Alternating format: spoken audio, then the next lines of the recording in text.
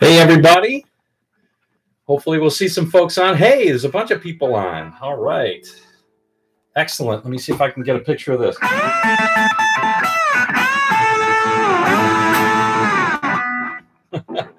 All right. Well, I'm a terrible, terrible slide player. So what I thought I'd do today is to show you some of the tricks that I have hey, Matt, good to see you, is to show you some of the tricks that I have to play and slide without playing a slide. Now, part of it is I don't carry around a slide all the time. But, you know, to be honest, it's really, I got, hey, glad to see you could join there. I don't know how to pronounce your name, Drutgat, too. Good to see you, man. Anyway, how's the sound? Sound okay? Hi, Steve.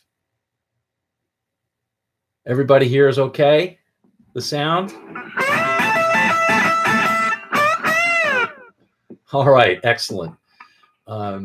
So we've got a few people on. Hopefully we'll get a few more. We just got a few in this 1 minute. Maybe people aren't interested in making sounds like slide guitar, but I dig it a lot. I have to say, I was kind of inspired by this because I did a lesson yesterday with somebody who wanted to do the Joe Walsh tune. Actually, it's an Eagles tune, so I should keep it on the down low. All right, you can hear me from St. Thomas. Awesome. Good to know. That's it's good to know in Southern Ontario you can hear me out there. It's cold in Ithaca. I'm guessing it's a little bit cold on the plains there too, or on the fields there too. Anyway, I was kind of inspired by this yesterday because I was doing the Eagles song In the City, and it has such beautiful slide work, simple slide work. Joe Walsh is one of my favorite slide players just because he does stuff so simply. And he chooses very few notes, but he chooses great notes. And I was doing the rest of the song. When I got to the solo, you know, I learned it, of course, on the slide, but it sounded awful to me. So I said, well, you know, how can I emulate the slide? So I thought, you know, maybe it makes sense to do a quick lesson on that, and then we can kind of talk about our favorite slide players. So maybe write some of those down, and we'll have a discussion. But anyway, I'm going to start out. It's good to see everybody. Good. Hey, KT, good to see you on today. And Two Bike Mike, I already said hey from St. Thomas, and some other folks. Roby Andolo, awesome. Awesome to have you on, everybody. Folks, Roby Andolo, awesome. Awesome to have you on, everybody. Okay. So anyway, we'll start out with, like I said, I'm not a slide player, and it'd be interesting to hear from some folks who are. I mean, I know enough. I know slide like I know karate. You know, I know enough karate to get my butt beat. So we'll start out with kind of a simple lick. This lick right here that's kind of like this. You know what? I got to play with my fingers on slide.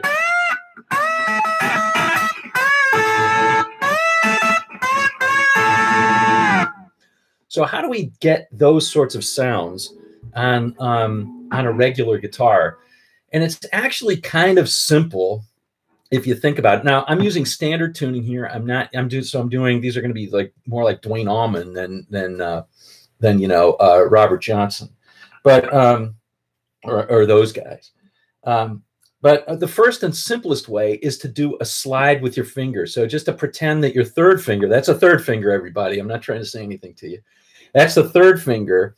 To use your third finger as kind of a slide and see where that gets you. And you'll notice that I'm using a PRS here, and I'm using a decent amount of distortion on it. And that's really just to get that sustain. So anyway, so let's start out with that one. So we're doing that lick right there. One way to approach that is simply to slide. Now I like to do 2 frets down.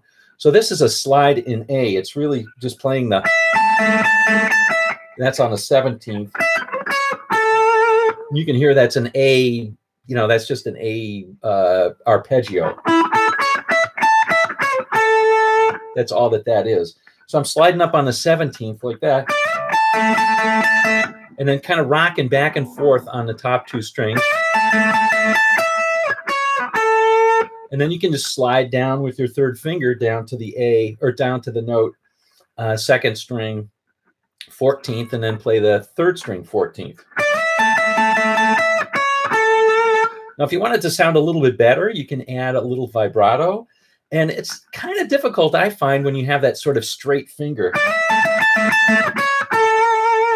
But you can do it. So that's one way of approaching adding, you know, having it sound like a slide, is actually to slide with your fingers. So it makes sense, right? You're using a flesh slide instead of a metal slide or ceramic slide or glass slide. Now, clearly, flesh has more friction and it's different and responds differently than glass or metal. It doesn't give you that cool slidey sound. So that's only approaching it. And sometimes you can get away with that and it sounds okay.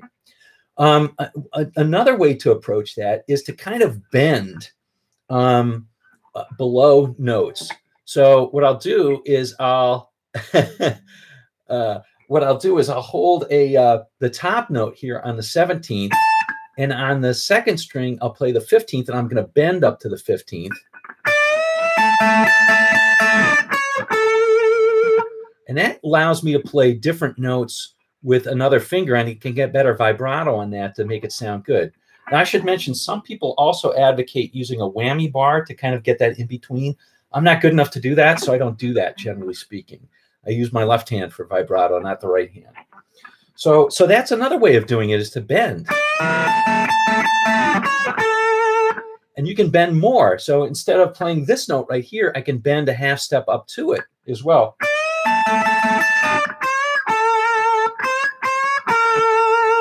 And to me, anytime you can substitute in a bend, it helps a little bit, because one cool thing about the slide, you know, to play it well, you have to have good tone, but you have to have good tune as well. You have to hit the notes. It's easy to hit a low, you know, hit below it or above it. And guys like Derek Trucks or Sonny Landreth or, you know, Dwayne Allman or some of the great slide players, they play around with that. They're so good at hitting the right note that they can be a little bit off and waver on it, and it sounds so cool.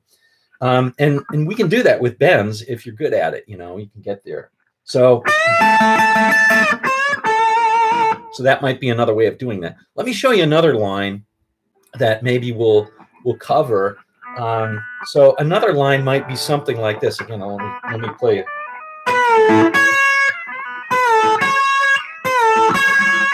Sounds kind of Alma-ish. Again, I'm trying to stick in the A. So that might be a slide lick that somebody might play. And to just do the slide, it would sound kind of like this. That doesn't sound terrible, right? I'm sliding on the third string from the 16 to the 14, and then I'm playing the 14 on the fourth, and then I'm playing the top. There's a lot of arpeggios, a lot of arpeggio licks in slide. All right, so that might work. But another way might be to bend it down. And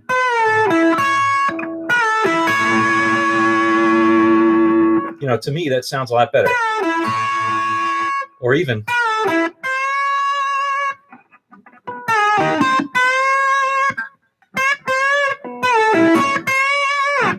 You know, so anytime you can do that, I think it sounds good. So let me go through a few lines of the Joe Walsh solo. And this is at the end of In the City, right? So it's also a simple slide solo that Joe Walsh makes it sound really good. But we can kind of go through, you know, how I might approach breaking it down.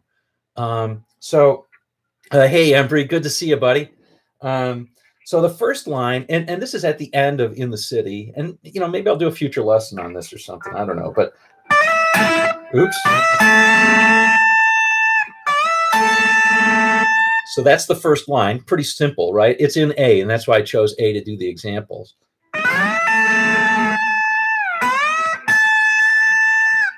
So that's the first line. And obviously that should be almost a no-brainer. You know, you can do it with the slide, or you can do it with your bend.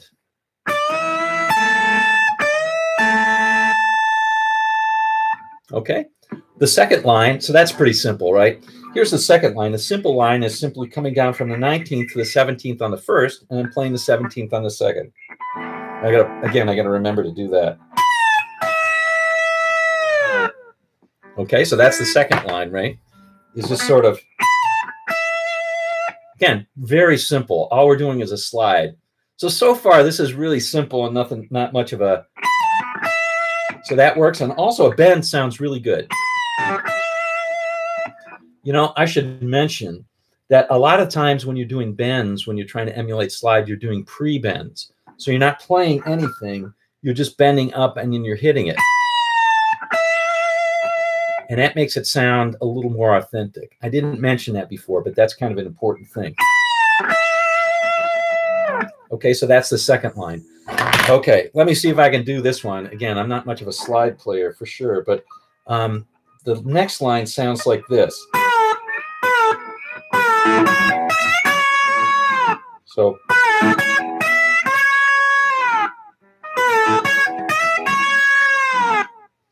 okay, so that's similar to the line that we had before that I was saying we could do some bends or whatever. So one way to do that would be to approach it with a slide. But to me, it sounds okay, but it sounds a little bit stilted. So what I might do to that one is do a pre-bend on the 14th.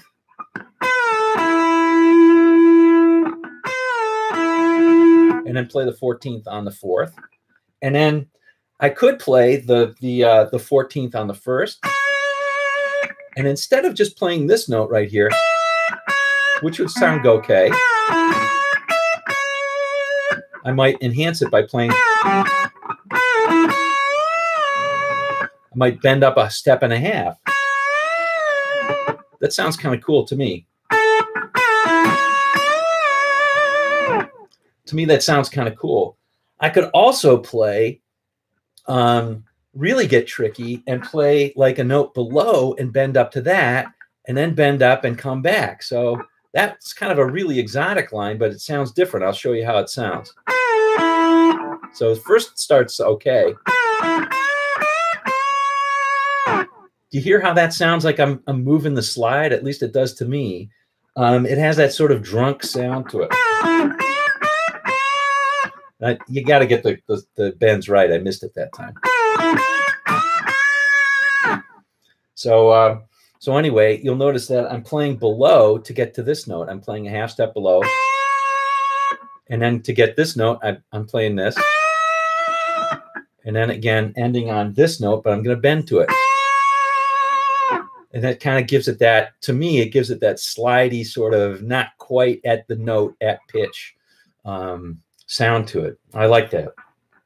Okay, the next line on the slide is a really simple one. It's basically just ba ba ba. So that one's pretty simple. I'll spare you the, which sounds too smooth. I think the bend is natural for that one. That's pretty straightforward. Okay. Now I want to show you one more line and then we can talk. The last line, it kind of goes like this. Again, this is a harder one for me on slide to get it sound authentic. One more try. Whoops.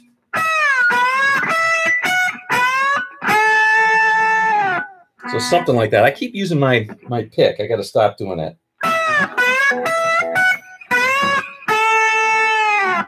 Okay, so that's a kind of note. So it's just like da ba ba da da da. So if you approach that one with just doing slides, which is easier for a lot of people, it sounds kind of stilted to me.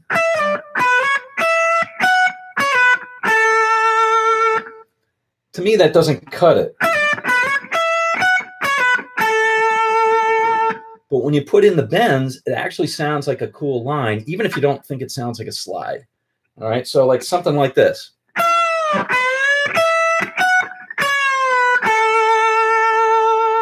That sounds kind of neat. Or you can even bend on this using your first finger.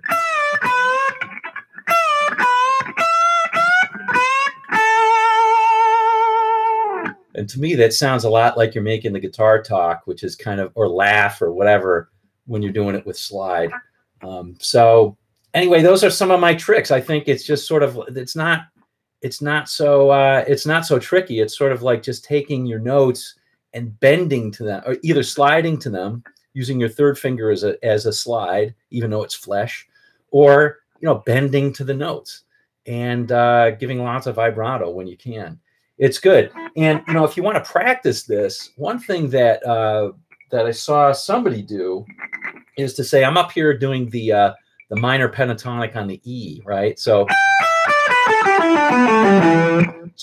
to get good at bending those half steps, you can do the minor pentatonic 1/2 step down, but actually bending to those notes.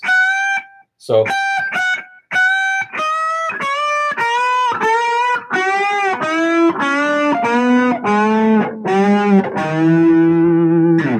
and that'll help you get those half step bends and give it, to me, it sounds like kind of that drunk sound.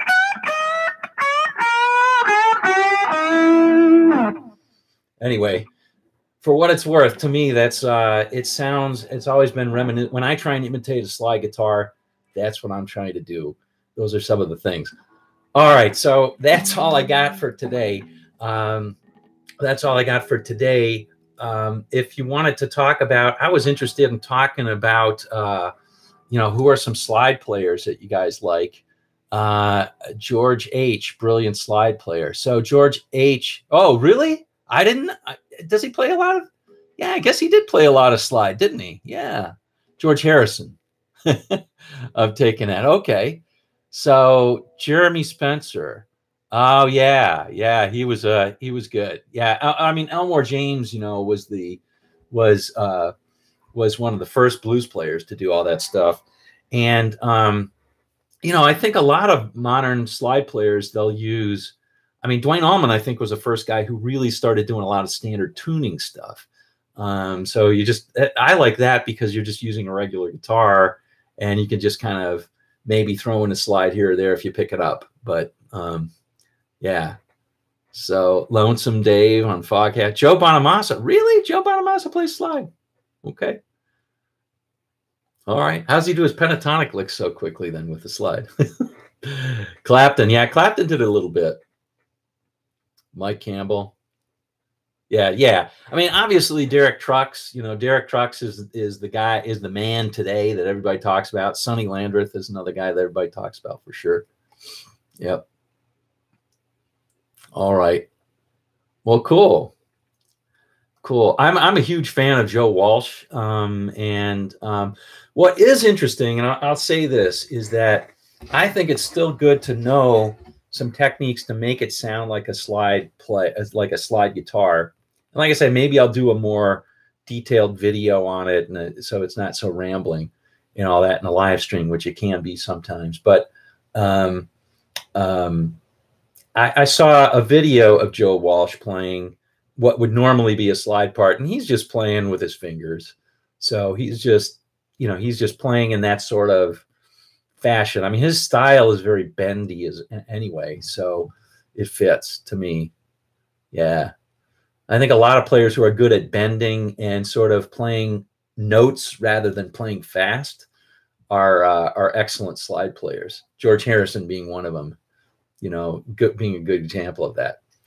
No, but oh, there's somebody who finally mentioned George Thorogood. I was waiting for somebody to mention George Thorogood. Yeah. Yeah. I saw George Thorogood at the Newport in Columbus many, many years ago. It was good. He gave a good show.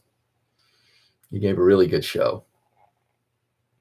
All right. Well, I think we're going to call it a day kind of early on this one. I hope you enjoyed this. Hope you got something out of it. It's always nice to share a Sunday with you folks. And somebody, I think a couple weeks ago, was asking about this guitar.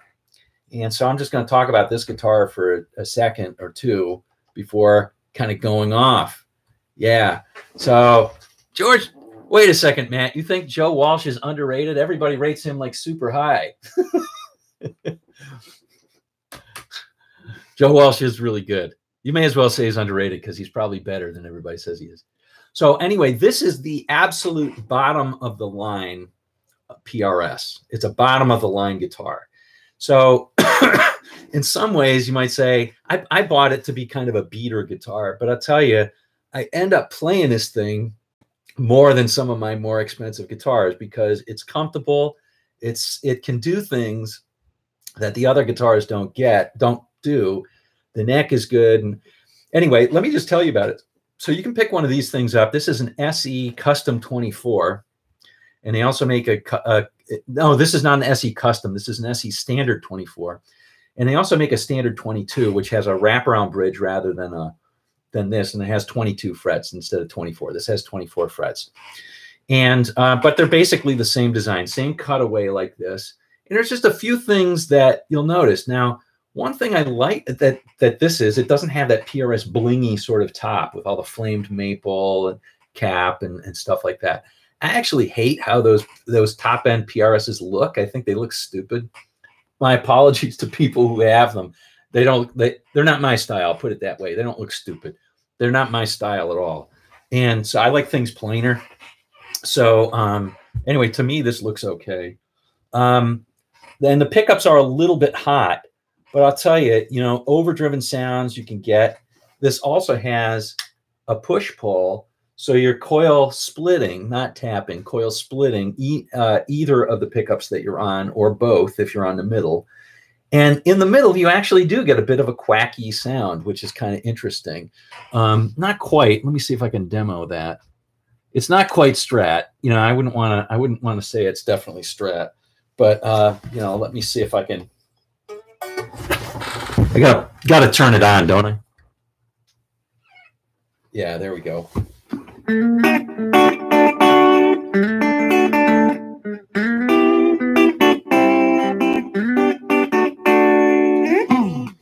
It can sort of get a little bit of a, I should.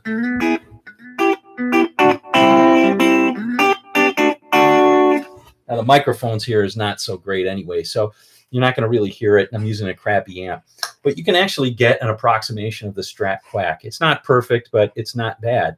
And for a live situation, I wouldn't have any problem using this. Now I'll tell you, there's a couple of different things. Sorry, folks, I didn't mean to say anything with that finger. The straightness of these gives you great tuning stability. These are just normal tuners, but they work great. This right here, this right here, I never understood what this cut was. Oh my God, it just makes coming up here so comfortable. It's so easy to play at anywhere on the fretboard. And the neck and the frets are unbelievable. So, and it's got a 25-inch scale, so it's in between a Les Paul and a Strat on that. I rather like the scale.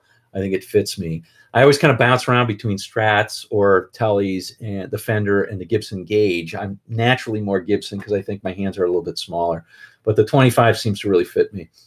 So anyway, for the person who asked about it, this is, to me, is the biggest bargain for sort of low end guitars. You can pick one up on Reverb for $350 in US, and I don't think you can pick up a guitar of this quality. You probably can. You probably can get an Agile or something like that that is that quality. It can happen, but to me, this is I've heard lots of people say all good things about it. I've got nothing to say except for good stuff about this. No problems whatsoever. So it's a great guitar. So yeah, so that, oh yeah, and somebody just mentioned Ry Cooder.